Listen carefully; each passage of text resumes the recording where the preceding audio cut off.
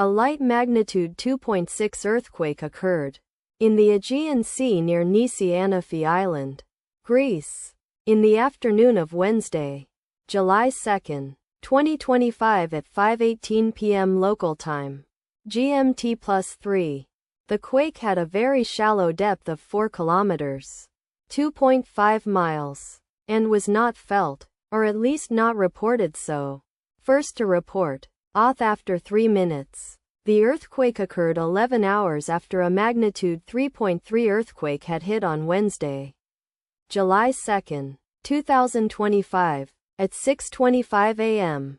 GMT+3 local time, in 99 kilometers, 61 miles, distance to the south. Data source from Volcano Discovery. Did you feel it? Let us pray.